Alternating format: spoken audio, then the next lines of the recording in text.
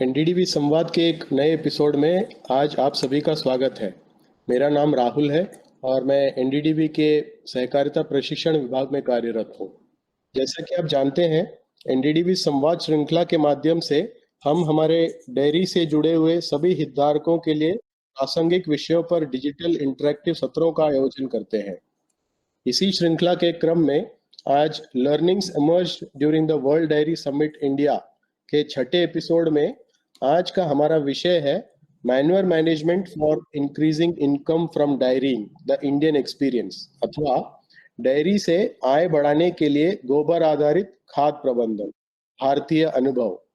इस विषय पर आज हमसे चर्चा करने के लिए जुड़े हैं श्री विनय पटेल एवं श्री के.पी. पटेल सर, जो कि एनडीडीबी के सीएस आईपीएम सेल से है। आप दोनों का इस सत्र में स्वागत करता हूं सर। अब मैं विनय पटेल सर से निवेदन करता हूं कि इस सत्र को वे आगे बढ़ाएं। Thank you Rahul. जितने भी लोग हमारे साथ ऑनलाइन जुड़े हैं उन सभी को मेरा नमस्कार। मैं अपना परिचय दे देता हूँ। मेरा नाम विनय पटेल है और जैसे कि राहुल ने बताया, मैं innovation and project management cell जो कि एनडीडीबी में ही कार्यरत है उसी के साथ जुड़े हुए हैं। और आज जो जिसके विषय पे चर्चा होने वाली है उस टॉपिक का नाम आप सभी को स्क्रीन पे दिख भी रहा होगा। वो है बेसिकली मैन्योर मैनेजमेंट और इंक्रीजिंग इनकम फ्रॉम डेयरिंग, जो कि ये प्रेजेंटेशन वर्ल्ड डेयरी समिट के दौरान भी हुआ था। जैसे कि बहुत सारे लोगों ने चैट के दौरान भी पूछा है कि क्या है ये। मैं थोड़ा संक्षिप्त में बता दूं कि जो वर्ल्ड डेयरी समिट यहाँ पे इंडिया में हुई थी इस साल, उसी में एक प्रेजेंटेशन मैन्योर मैनेजमेंट के ऊपर में हुआ था, जो कि एनडीडीबी का ही एक पहल है। और उसमें हमने किस तरीके से और क्या क्या एक्टिविटी की है उसके ऊपर में हम आपको आने वाले मतलब ये प्रेजेंटेशन में उसी के ऊपर में हम कवर करने वाले हैं। बेसिकली हम आपको एक जर्नी के थ्रू ले जाएंगे जिसके थ्रू एनडीडीबी पूरा मैन्योर मैनेजमेंट एक्टिविटीज जो अभी कर रहा है और क्या क्या हम उसमें इनिशिएटिव्स लिए हैं उसके ऊपर में चर्चा करेंगे। पहला स्लाइड है बेसिकली आपको ये बताने के लिए है कि अभी इंडियन डेयरी सिनारियो किस तरीके से है। बेसिकली हम सभी जानते हैं कि एक स्मॉल होल्डर फिनोमिनन है, बिकॉज जो भी 95% डेयरी फार्मर्स जो भी है हमारे, जिनके पास 1 से 5 जानवर ही है। और जैसे कि अगर मैक्रो पिक्चर्स की बात करें 302 एनिमल्स 302 मिलियंस बोवाइंस है जो ओन करते हैं बेसिकली 62 मिलियन हाउस होल्ड्स। और दूध उत्पादन में जैसे हम सब जानते हैं कि हम नंबर 1 पे है और हमारा milk production 210 million metric ton है। उसी के साथ साथ में अगर हम डंग प्रोडक्शन की बात करें जो कि अपने आप में एक बहुत बड़ा आंकड़ा है, that is around 1653 million metric ton. और उसमें से भी अगर हम रिकवरेबल डंग की बात करें तकरीबन 1000 मिलियन मेट्रिक टन के आसपास ये आंकड़ा है। तो ये बेसिकली हमारा स्मॉल होल्डर डेयरिंग के ऊपर में एक आपको बताने का परिचय बताने का इस स्लाइड में किया गया है। Moving on to the next slide. अभी तक हम जानते हैं कि काऊ डंग का मैनेजमेंट क्या किस तरह है। ट्रेडिशनली अगर हम देखे जाए डंग को बेसिकली हम एज अ मैन्योर हमने देखा है कि खाद के तौर पे हम खेत या उसमें यूज करते हैं। उसके अलावा ज्यादातर केस में हमने पाया गया है ट्रेडिशनली कि हम फ्यूल वुड में या बाकी रिचुअल्स में या हाउस क्लींजिंग और वैसी एक्टिविटीज में बहुत ज्यादा केस में हमने देखा गया है। उसके अलावा अगर हम देखेंगे तो कि अभी के सिनारियो के हिसाब से अगर देखें तो एनारोबिक डाइजेशन, जो कि बेसिकली एक उसका समानार्थ होता है बायोगैस, जो कि एक प्रॉमिसिंग है इसके सेक्टर में to improve the efficient way of utilising the dung. जिस तरीके से आप इस प्रेजेंटेशन में भी देख पा रहे हैं कि एक तरीके से उसमें डंग और पानी के मिश्रण को घोल के डाला जाता है। उसमें से एज एन आउटपुट आपको बायोगैस और एक स्लरी मिलता है, जो कि अगर हम ऑल ओवर इंडिया के लेवल पे अगर हम बात करें we have the potential to fulfil the 50% of India's LPG requirement. मतलब हम 50% इंडिया का एलपीजी रिक्वायरमेंट इससे फुलफिल कर सकते हैं बेस्ड ऑन जो हमारे पास डंग अवेलेबिलिटी है। और हम 40% तकरीबन एनपीके फर्टिलाइजर्स का रिक्वायरमेंट है जिसको हम इसके थ्रू मीट कर सकते हैं अगर हम एफिशिएंटली काऊ डंग का मैनेजमेंट करें तो जो कि है कि बायोगैस का यूटिलाइजेशन। अब अगले स्लाइड में चलते हैं। सो बेसिकली पिछले में हमने देखा कि बायोगैस प्लांट का यूटिलाइजेशन से क्या मतलब, और लार्ज स्केल पिक्चर में अगर देखें तो किस तरीके से फायदा हो रहा है। अगर हमने पहले वो भी देखा कि हमारा स्मॉल होल्डर डेयरिंग है, सो बायोगैस और स्मॉल होल्डर डेयरिंग के हिसाब से अगर देखें तो क्या जरूरत है हमारे किसानों को आज की तारीख में। सो उसमें उसके लिए दो ऑप्शंस है। एक तो हो सकता है कि हाउस होल्ड लेवल का बायोगैस प्लांट हो, और दूसरा है कि सेंट्रलाइज बड़ा बायोगैस प्लांट हो। सो जो house hold level biogas plants है, सो उसके लिए जो फार्मर्स का रिक्वायरमेंट होता है या उनका प्रेफरेंस होता है, सो बेसिकली होता है कि उनका खुद का ओनरशिप हो। दूसरा ये होता है कि वो जो बायोगैस प्लांट है या जो है वो इजीली इंस्टॉल कर पाए और उसका रिपेयर एंड मेंटेनेंस इजीली हो सके। दूसरा उनका एक रिक्वायरमेंट ये रहता है बायोगैस प्लांट की ओर से कि उनको कंसिस्टेंट गैस प्रेशर मिले, ताकि उनको कुकिंग और बाकी सब प्रक्रिया में इजीली उसको कर सके। सबसे इम्पोर्टेंट चीज इसमें ये है कि प्लांट्स का पोर्टेबिलिटी भी उनको चाहिए, कि अगर इन केस कहीं और शिफ्ट हुआ फार्म तो उसके साथ में वो प्लांट को भी इजीली शिफ्ट कर सके। एंड सबसे इम्पोर्टेंट ये है कि जो स्लरी निकलता है बायोगैस प्लांट में से, सो उसका किस तरीके से एफिशिएंट यूटिलाइज कर सके। सो ये हो गया अगर हाउस होल्ड लेवल पे बायोगैस प्लांट है। अगर सेंट्रलाइज बड़ा बायोगैस प्लांट है तो उसके लिए रिक्वायरमेंट ये रहता है कि जो भी डंग उनके पास, जो भी स्मॉल होल्डर फार्मर्स के पास है, सो उसमें फोकस ये रहता है कि किस तरीके से उनको डंग का एवरीडे बेसिस डिस्पोजल हो सके, और उसका किस तरीके से उनको ज्यादा से ज्यादा उनको रेम्यूनरेटिव प्राइस मिल सके। सो ये बेसिकली ऑप्शंस है। So moving on to the next slide, जो कि अभी हमने देखा कि स्मॉल होल्डर फार्मर्स का क्या रिक्वायरमेंट है। सो उसी को भी आगे लेते चलते हुए, अगर house hold level biogas plants है तो उसके लिए जो टेक्नोलॉजी अभी हाल ही के तारीख में बहुत ही प्रचलित हुआ है वो है फ्लेक्सिबल बायोगैस प्लांट, जो कि आपको प्रेजेंटेशन में भी यहाँ पे राइट साइड में दिख रहा होगा कि वो बेसिकली एक बलून काइंड ऑफ स्ट्रक्चर है, जिसमें बेसिकली फायदा तो ये है कि डंक का आप सीधा डिस्पोजल कर सकते हो। उसके अलावा जो महिलाएं हैं उनके लिए बहुत ही अच्छा सुविधा हो गया है। उसका रीजन ये है कि जो खाना बनाने में उनको लकड़ी लेने जाने लाने का जो समय बीतता था, या फिर उसके लिए उनको क्या था कि खाना बनाने में भी जो टाइम लगता था, चूल्हे के कारण में उनके हेल्थ के ऊपर में जो इफेक्ट आता था, वो सारी चीजों से उनको इस स्मॉल ये जो बायोगैस प्लांट्स है फ्लेक्सिबल, उससे उनको फायदा हुआ। तो ये सारे सेविंग्स हुए उनको। पर सबसे मोस्ट इम्पोर्टेंट चीज क्या है कि जो स्लरी निकल रहा है ये बायोगैस प्लांट से, जो बायोगैस प्लांट्स आपको दिख रहा है वो basically 2 cubic metre biogas plant है। 2 क्यूबिक मीटर बायोगैस प्लांट मतलब कि उसको आपको 50 किलो गोबर और 50 किलो पानी प्रतिदिन उसको आपको फीड करना है। उसके साथ में वो आपको गैस वहां से रेगुलरली मिलेगी, जो कि सफिशिएंट होगी 6 से 8 फैमिली मेंबर्स को खाना बनाने के लिए। और जो स्लरी निकलता है उसको वो खेत में उपयोग कर सकते हैं। अब ये तो बात आई कि वो किस तरीके से सेविंग कर फार्मर्स इससे सेविंग पाता है और किस तरीके से इसका बेनिफिट हो रहा है। पर सबसे बड़ा बेनिफिट ये है कि ये जो स्लरी जो निकल रहा है बायो स्लरी, उसको किस तरीके से वैल्यू चेन में जोड़ा जाए। सो आने वाली स्लाइड में हम देखेंगे कि किस तरीके से ये जो वैल्यू चेन में स्लरी को जोड़ा गया और एक पूरा मैन्योर वैल्यू चेन यहाँ पे हमने इस्टेब्लिश किया है। सो ये स्लाइड में आप देख रहे हैं कि एक पूरा मैन्योर वैल्यू चेन मॉडल यहाँ पे बताया गया है। मैं आपको अभी एक्सप्लेन करूंगा कि ये मॉडल है क्या। सो बेसिकली इस मॉडल की खासियत ये है कि बायोगैस तो जो महिलाएं हैं गांव में उन्हीं के पास है, बट वो महिलाओं ने क्या किया है कि जो सरप्लस स्लरी निकल के आ रहा है उनके बायोगैस प्लांट से, उन्हीं वही महिलाओं ने एक अपना कोऑपरेटिव फॉर्म किया है। और वैसे दो कोऑपरेटिव्स यहाँ पे ऑलरेडी आनंद के पास में एक मोजकुआ और जकरियापुरा करके विलेज है, वहां पे वो फॉर्म हो चुके हैं। तो वो ये महिलाएं क्या करती है कि जो सरप्लस स्लरी उनके पास रहा, वो सरप्लस स्लरी को प्रोक्योर करती है, उसमें से प्रोसेस करके स्लरी बेस्ड फर्टिलाइजर्स बनाती है, जो कि फार्मर्स को डायरेक्टली सेल होता है। और सेल भी कैसे होता है कि उसके लिए एनडीडीबी ने अपना एक ट्रेडमार्क रजिस्टर किया है जिसका नाम है सुदन, जो कि आपको प्रेजेंटेशन में भी यहाँ पे दिख रहा है।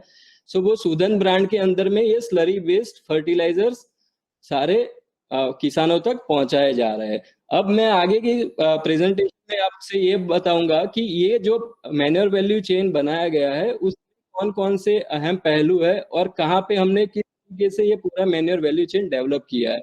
तो आने वाली स्लाइड में आपको, हाँ, ये स्लाइड में आपको जो दिख रहा है वो बेसिकली किस तरीके से हम स्लरी प्रोक्योरमेंट का मैकेनिज्म डेवलप किया है।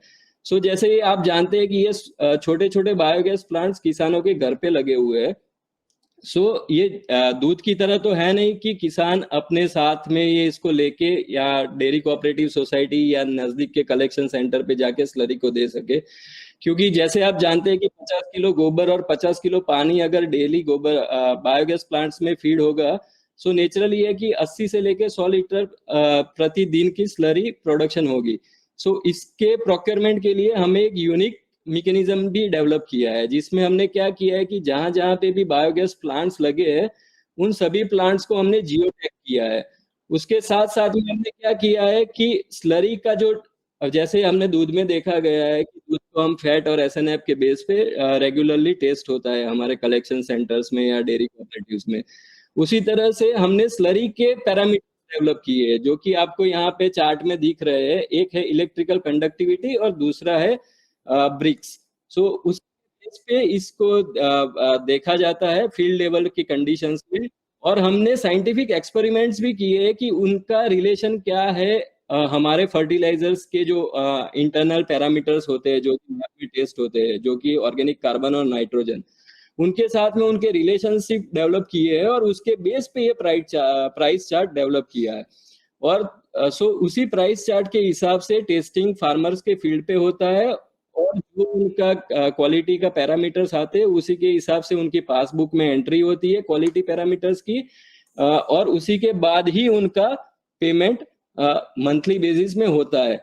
ये हो गया स्लरी टेस्टिंग का। अब स्लरी प्रोक्योरमेंट के लिए हमने एक डेडिकेटेड स्लरी टैंकर कम एप्लीकेटर बनाया है, जिसका उपयोगी वो है कि वो स्लरी को किस तरीके से हम प्रोसेसिंग सेंटर तक उसको ले आ सके, और दूसरा ये है कि एज एन एप्लीकेटर वो किस तरीके से स्लरी को फील्ड में अप्लाई करना है, तो उसमें भी ये स्लरी एप्लीकेटर हमें मदद करता है। सो ये हो गया हमारा स्लरी प्रोक्योरमेंट रिलेटेड कि हम किस तरीके से स्लरी प्रोक्योर करते हैं। सो स्लरी प्रोक्योर करने के बाद हम क्या करते हैं कि जो स्लरी प्रोक्योर हुआ है उसको हम एक सेंट्रलाइज प्रोसेसिंग सेंटर पे लेकर आते हैं, जो कि आप यहाँ पे आपको फ्लो चार्ट के माध्यम से बताया गया है। सो जो भी स्लरी यहाँ पे आता है वो स्लरी को हम यहाँ पे जैसे दिख रहा है मशीनरी, उसके थ्रू हम उसको प्रोसेस करते हैं ताकि उसमें से सॉलिड और लिक्विड दोनों को सेपरेट किया जाए। अब जो सॉलिड सेपरेट हुआ है उसके अंदर में हम रॉक फॉस्फेट ऐड करते करके उसके बाद उसको फॉस्फेट रिच ऑर्गेनिक मैन्योर बनाते हैं, और जिस तरीके से आपको बैग में दिख रहा है उस तरीके से पैक करके फिर ये जो कोऑपरेटिव है फार्मर्स को बेचती है। उसी तरह जो लिक्विड प्रोडक्ट्स भी है उसको, लिक्विड्स को सेपरेट करने के बाद उसमें बहुत सारे सॉल्ट्स और माइक्रोन्यूट्रिएंट्स के जो कंपाउंड्स होते हैं उसमें ऐड किए जाते हैं, और उसके बाद उसमें से लिक्विड प्रोडक्ट्स बनता है जो कि आगे उसके फार्मर्स तक उसको बेचा जाता है। सो ये बेसिकली प्रोडक्ट्स है जो मतलब स्लरी बेस्ड फर्टिलाइजर्स है जो कि बनाए जाते हैं। तो उसमें से एक है जैसे हमने पिछले स्लाइड्स में भी देखा कि फॉस्फेट रिच ऑर्गेनिक मैन्योर। सो ये phosphate rich organic manure is basically nothing but alternative phosphatic fertilizer which can be a good replacement of any phosphatic chemical fertilizers. सो जो इस तरीके से आप बाकी फॉस्फेटिक केमिकल फर्टिलाइजर्स का यूज करते हो उसी तरीके से ये प्रॉम का उपयोग किसान कर सकते हैं। उसके अलावा बाकी 3 लिक्विड प्रोडक्ट्स भी बनाए हैं जिसका नाम है बेसिकली, एक है माइक्रोन्यूट्रिएंट रिच लिक्विड जो कि फार्मर्स को बाकी सारे माइक्रोन्यूट्रिएंट्स प्रोवाइड करने में मदद करता है। उसके अलावा एक रूट प्रोडक्ट है। सो बेसिकली उसका पर्पज ये है कि वो roots developments and root growth के लिए काम करता है। और एक प्रोडक्ट है सुदन ग्रोमैक्स। सो बेसिकली वो सीवीड एक्सट्रैक्ट और स्लरी का सेपरेटेड लिक्विड के कॉम्बिनेशन से बनाया गया प्रोडक्ट है जो कि लीफ एरिया और फोटोसिंथेसिस जैसी प्रक्रिया है उसको स्पीडी करने में या वो ग्रोथ लाने में बहुत मदद करता है। सो ये सारे जो भी फर्टिलाइजर स्लरी बेस बने हैं वो सीधे फार्मर्स को through the network of dairy cooperatives ये पहुंचाया जाता है। सो इसमें बेसिकली आपको पता चलेगा कि इसमें कोई बीच में मिडल मैन और ऐसे कोई बीच में कोई मिडल मैन या बिचौलिया इसमें कोई रोल प्ले नहीं कर रहा है। सो ये हो गया है कि हमने स्लरी बेस्ड फर्टिलाइजर बना दिए थ्रू द प्रोसेस। बट ये इंपॉर्टेंट है कि ये फर्टिलाइजर कितने इफेक्टिव है इन द फील्ड कंडीशन। सो उसके लिए हमने क्या किया कि आनंद एग्रीकल्चर यूनिवर्सिटी के साथ में हमने स्टडी किया ऑन व्हीट एंड मेज क्रॉप, जिसमें हमने पाया गया जिस तरीके से ये टेबल में भी आपको दिख रहा है 20 से 25% हमने ग्रेन यील्ड में इंप्रूवमेंट इससे, और सिमिलरली इंप्रूवमेंट हुआ है हमारे स्ट्रॉ यील्ड के ऊपर में भी ये जो Sudhan based slurry based fertilisers के उपयोग से। अदर देन दिस हम यहाँ पे नहीं रुके, हमने बनारस हिंदू यूनिवर्सिटी को भी सिमिलर स्टडी अवार्ड की है जिसमें राइस, मस्टर्ड, व्हीट, मेज और बाकी सारे क्रॉप्स में भी सिमिलर पैटर्न में स्टडी होगा। और जिस तरीके से आप यहाँ पे देख रहे हो लैब कंडीशंस में कि जो बेसिकली यहाँ पे बताने की कोशिश की गई है कि रूट्स के डेवलपमेंट में किस तरीके से फायदा कर रहा है। सो यहाँ पे आप देख सकते हो कि एक कंट्रोल कंडीशन में है और एक हमारा सुदन रूट गार्ड यूज करके उसको ट्रीटमेंट कंडीशंस में डेवलप किया गया है। सो जिसमें हमें बहुत ही अच्छे रिजल्ट्स दिख रहे हैं। ये हो गया था बेसिकली हमने एयू एग्रीकल्चर यूनिवर्सिटी के साथ में जो स्टडीज किए थे। उसके अलावा हमने बहुत सारे डेमोन्स्ट्रेशन स्टडीज भी किए, वो भी उसमें भी हमने अलग अलग 9 क्रॉप पे इसका उपयोग किया था, जिसमें पाया गया था कि 14 से लेकर 36% तक यील्ड में इंप्रूवमेंट हो रही है। ओवर एंड अबो हमने 650 फार्मर्स के यहाँ पे एक फीडबैक स्टडी भी करवाया है जिसमें भी हमने पाया गया है कि इसमें सब्सटेंशियल इंप्रूवमेंट्स हो रहा है। नॉट ओनली दैट, ये जो स्लरी सेपरेटेड जो लिक्विड है उसका भी हमने देखा गया है कि अगर वो सीधा इवन खेत में यूज किया जाता है तो उसके भी बहुत सारे अच्छे रिजल्ट्स फील्ड कंडीशंस में पाए गए हैं। सो बेसिकली अगर हम एक केस स्टडी की बात करें जो कि आनंद में हमने ये पिछले 21-22 2021-22 के दौरान हमने यहाँ पे जो देखा गया उसके ऊपर में से है। सो बेसिकली प्रोक्योरमेंट से स्लरी प्रोक्योरमेंट से फार्मर को 0.6 मिलियन मतलब 6 लाख रुपये उनको दिए गए। उसके अलावा जो नेट सरप्लस ये जो खाद बेचने से और इससे जो कोऑपरेटिव ने अर्न किया वो था तकरीबन 13 लाख रुपये। ओवर एंड एबो जो फार्मर्स ने 450 किसानों ने जो यहाँ पे बायोगैस यूज करके जो सेविंग किया है वो है around 9.7 million. So based on this total value जो बायोगैस फार्मर के लिए क्रिएट हुई है वो है 11.7 मिलियन। ओवर एंड एबो जो फार्मर ने ये सुदन फर्टिलाइजर खरीदा है उनको जो फायदा हुआ है बेसिकली ये जो सुदन फर्टिलाइजर्स जो केमिकल फर्टिलाइजर्स से कंपेरेटिवली कम दाम में उनको मिले हैं। सो उसके कारण में जो उनको फायदा हुआ है वो है around 7.6 million. Over and above government ने डीएपी सब्सिडी में बचाया है वो है 3.4 मिलियन। एंड ये जो मॉडल के कारण में ये कोऑपरेटिव के कारण में यहाँ पे जो 7 लोगों को एम्प्लॉयमेंट मिला वो जो जनरेशन हुआ है वो अराउंड 1 मिलियन का है। सो अगर हम total value generated by this particular small manure value chain model की अगर हम बात करें आनंद में एक कोऑपरेटिव की सो वो है 23.7 मिलियन। अगर इसका ओवरऑल इन्वेस्टमेंट के टर्म्स में देखें सो हमने इन्वेस्टमेंट किया था 13.7 million in terms of biogas plant and some 3 million in terms of slurry processing. So total investment of around 16.7 million as against हमें उसका वैल्यू जनरेट किया है in a single year that is around 23.7 million, जिसके हमने carbon footprint slurry consumption जो field में हो रहा है और उसका जो यील्ड इंप्रूवमेंट हुआ है वो हमने इसमें काउंट नहीं किया हुआ है, फिर भी इतना अच्छा उसमें हमें इस तरीके से वैल्यू जनरेशन हुआ है। सो ये जो अभी तक जो हमने देखा था वो बेसिकली हमने house hold level biogas plants और उसके बेस पे जो मैन्योर वैल्यू चेन हमने डेवलप किया है आनंद में उसी के बारे में बात किया था। अभी जो इस स्लाइड में आपको दिख रहा है वो basically large capacity biogas plants की हम बात कर रहे हैं। दो मॉडल हमारे पास है, एक तो बनास डेयरी अभी जो इम्प्लीमेंट कर रही है जिसमें कि 40 टन का डेली गोबर किसानों से खरीद रही है और उसको बायो सीएनजी में कन्वर्ट करके सीएनजी स्टेशन के थ्रू व्हीकल्स में वो डिस्पेंस करते हैं और बाकी जो है जो स्लरी निकलता है उसमें से फर्टिलाइजर्स बनाते हैं। सिमिलर मॉडल एनडीडीबी वाराणसी में वाराणसी मिल्क यूनियन के साथ में कर रही है, जिसमें डेली बेस पे 100 मैट्रिक टन गोबर का प्रोक्योरमेंट होगा और जिसमें से जो एनर्जी मतलब जो गोबर गैस जनरेट होगा वो एनर्जी का यूटिलाइजेशन होगा डेयरी प्लांट्स के ऑपरेशंस में। तो ये पहला ऐसा मॉडल होगा कि जिसमें गोबर से हम डेयरी प्लांट्स को चलाएंगे। उसके अलावा एक और जो हम एक्सरसाइज कर रहे हैं एनडीडीबी बनास और मारुति सुजुकी के साथ में, कि हम एक कंसेप्ट पे काम कर रहे हैं कि जिसमें डिसेंट्रलाइज्ड मीडियम कैपेसिटी डाइजेस्टर्स की मदद से किस तरीके से विलेज गांव गांव तक पहुंचा जा सकता है। बट ये जितने भी हमने स्मॉल स्केल मॉडल देखे या लार्ज स्केल मॉडल देखे, सब में इम्पोर्टेंट चीज ये है कि रिटर्न जो होगा स्लरी बेस्ड ऑर्गेनिक फर्टिलाइजर से वो सबसे अहम किरदार निभाएगा ये सारे दोनों टाइप के मॉडल्स में। So moving on to next, ये मैन्योर मैनेजमेंट मॉडल से किस तरीके से हम